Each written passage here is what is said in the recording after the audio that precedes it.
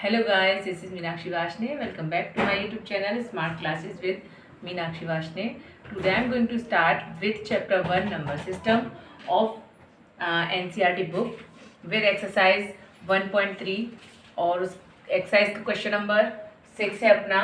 Question को start करने से पहले जो भी मेरे इस चैनल पर न्यू है पहले प्लीज़ चैनल को सब्सक्राइब करें, वीडियो को लाइक करें और शेयर करें जिससे कि मैंने वीडियो डालूँ आप तक पहुँचती रहे। आइए क्वेश्चन सॉल्व करते हैं। देखने में क्वेश्चन बहुत ज़्यादा बड़ा सा है और काफ़ी लेंथी सा लग रहा है, लेकिन क्वेश्चन इतना टफ है नहीं है। क्वेश्चन क्या कह रहा है वो समझते हैं पहले। Look at several examples of rational numbers in the form of P/Q।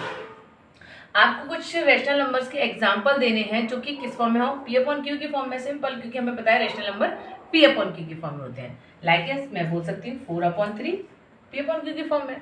Okay. Now, where P and Q are integers with no common factors other than 1, means आपका जो P और Q हो इनके कोई कॉमन फैक्टर नहीं हो, उस सिर्फ आपका एक 1 होना चाहिए। चलिए आगे पढ़ते हैं। एंड हैविंग टर्मिनेटिंग डेसिमल, क्या टर्मिनेटिंग डेसिमल होना चाहिए। चलिए पहले इतनी ही बात को समझते हैं। यहाँ मैंने कुछ एग्जांपल्स दिए हुए हैं। अगर मैं फर्स्ट एग्जांपल को पिक करती हूँ तो देखिए क्या है इसमें 2/5 P/Q की फॉर्म में। अच्छा, इसमें कोई और कॉमन फैक्टर है 1 के अलावा? कोई नहीं है। देखिए ए है, अब अगर आप देखा 2 1 और ये 5 1, सिर्फ 1 ही तो मैच हो रहा है, उसके अलावा और कुछ मैच नहीं हो। इसी तरीके से मैंने बहुत सारे यहाँ एग्जाम्पल्स दिए हुए हैं, उनमें सिर्फ 1 के अलावा कोई और कॉमन फैक्टर नहीं है।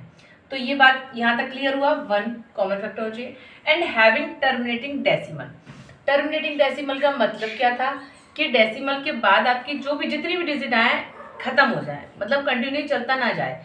जैसे कि यही एग्जांपल अपना 2/5 था, इसी को अगर आप यह साइड से डिवाइड दूं तो देखिए कितना आएगा, 0.4 आ जाएगा। और भी एग्जांपल है, इन्हें देख लो।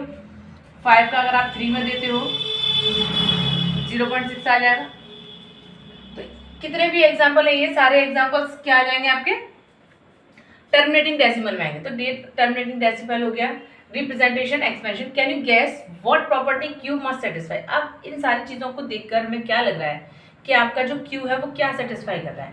मेन हमें यही बताना है आपके क्वेश्चन में। अब आप इन सारे क्वेश्चन में अगर आप देखें तो यहाँ डिनोमिनेटर में जहाँ Q है आपका, वहाँ पे आपकी एक प्रॉपर्टी लगनी चाहिए, या तो 2 की पावर m होना चाहिए, या 5 की पावर m होना चाहिए, या फिर 2 की पावर m इंटू 5 की पावर m। आपका Q जो है इन तीनों में से किसी में से एक से सेटिस्फाई होना चाहिए। फर्स्ट आप यहाँ देखिए 5 की पावर m का मतलब क्या होगा, 5 की m का मतलब होगा 1 हो सकता है, 2 हो सकता है, 3 हो सकता है, 4 इनफाइनाइट कुछ भी हो सकता है। जैसे यहाँ 5 है तो यहाँ मैं ऐसे लिख सकती हूँ 5 की पावर 1, तो ये m में आ गया, आपको दिख रहा है ये, ठीक है जी। यहाँ देखिए इस वाले 5 को देख लीजिए, यहाँ पे भी वही बात आ रही है, 5 की पावर 1 मतलब 5 की पावर m में जा रहा है। यहाँ देखिए 2 की पावर 1, ये देखिए 2 की पावर 3, 2 की पावर m में चला गया। मीन्स m की वैल्यू 1 2 3 4 5 कुछ ना कुछ होगी, 0 नहीं होगी। आप कहें तो 0 नहीं होगी, क्योंकि अगर 0 हुआ तो फिर उस जगह 1 हो जाएगा ना।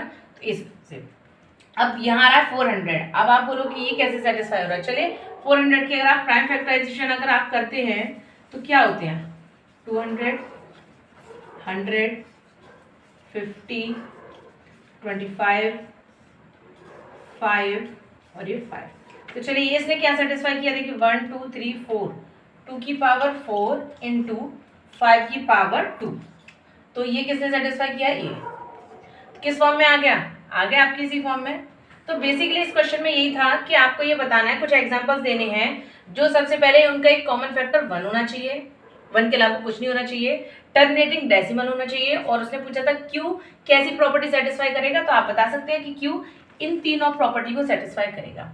तो ये क्वेश्चन था 6, जो कि बहुत ईजी था। आई होप आप लोगों को समझ में आया होगा।